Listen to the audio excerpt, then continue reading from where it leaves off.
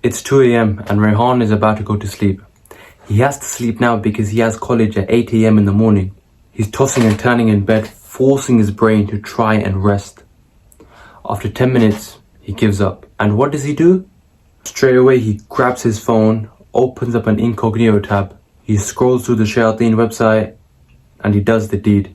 And yet, every day he wonders why he has low self-confidence, why he's broke, why he has no energy or drive to be better.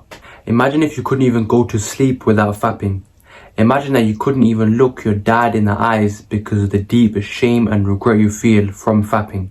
One time this guy told me, I won't mention his name of course, but he told me that he had been watching porn and fapping from the age of about 12. And it had been such a normal thing for him, so he didn't think to stop it. And so when he finally got with his partner, guess what happened? He couldn't even get it up. He couldn't even get it up. Imagine that was you. Imagine your whole life you stayed away from the literal physical zina and you resorted to fapping because you wanted to fulfill your desires. Because you thought this wasn't as harmful as the actual physical zina. But when the time finally came for you to get married, you're marrying the dream woman of your life. You've been waiting for this day for years. Since you could remember, you've been waiting, thinking about your wedding night. And when the night finally comes, the nikah is done, the wedding ceremony is done, and it's time for you to do what's halal, you can't even fulfill your duty as a husband. Why?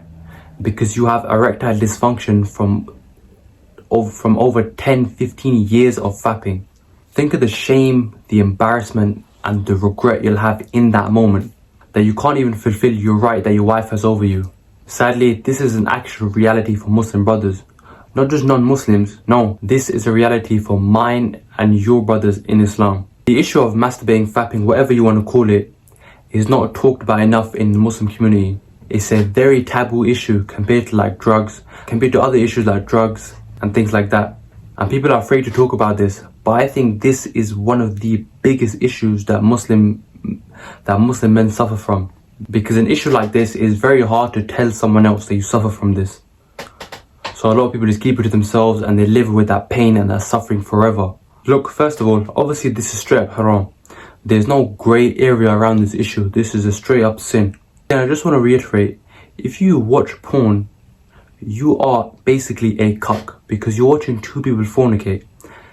That is the definition of a cuck. Straight off the bat, you're programming yourself to be a dayut. Look, if you consistently watch porn and do the deed, that is the main issue in your life. That is the biggest problem.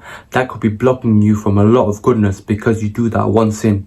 And the knock-on effect of this sin is crazy. First of all, it'll kill any drive and motivation you have. It'll make you broke because committing zina, which is zina, decreases your rizq. It'll kill your self-confidence. It'll lower your test levels. It'll just make you weak. And again, in the long run, it can give you erectile dysfunction. And it makes you feel shameful, which is one of the worst emotions you can feel, because shame, it kills you completely.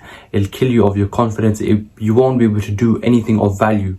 This is such a common issue of living in a sexualized society. While I was doing some research for this video, I found out that 9 out of 10 boys are exposed to pornography before the age of 18. 9 out of 10 boys. This is a very, very common issue, and there aren't enough people talking about it, and there aren't enough people giving advice or providing solutions for it. Look, you need to make an absolute priority to rid yourself of this disgusting sin. Because honestly, it would ruin your whole life. It would ruin absolutely everything for you. And don't think, oh, this is just for now, this is just a temporary moment thing. Once you're in something like this, it's very hard to get out of it. Watching porn is such a weak and cocky thing to do. You have to get yourself out of this, honestly. But look, I understand that it's very hard and very difficult to get yourself out of any addiction. And also, you're the first generation to go through this. Generations in the past, they didn't have easily accessible nudity literally with the click of a button. Everything, it wasn't that easily accessible. Now the average 13-year-old can look at more naked women in a matter of 5 minutes than a king did 500 years ago in his whole life. So you're the first people to get exposed to this, so naturally you're going to be the ones that find it the hardest to get over. This is a direct consequence of living in a sexualized society. They have sexualized literally everything. From movies, TV shows, adverts, literally anything you could think of, they've sexualized it. They found a way to sexualize it. And this isn't by accident, by the way.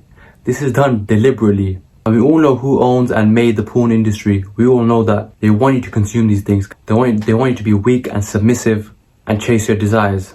Look, everyone sins. Don't think you're the worst person in the world because you've done this sin. Everyone sins, and I'm sure a lot of people are going through this as well. You're not alone in this. Make sincere dua to Allah and take the actionable steps to try and beat this, inshallah. It'll take time, it won't happen overnight.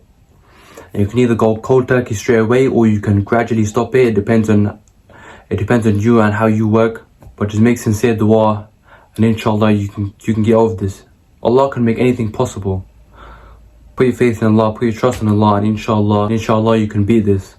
And I want to leave you with the ayah from the Quran in Surah Az-Zumar, verse 53.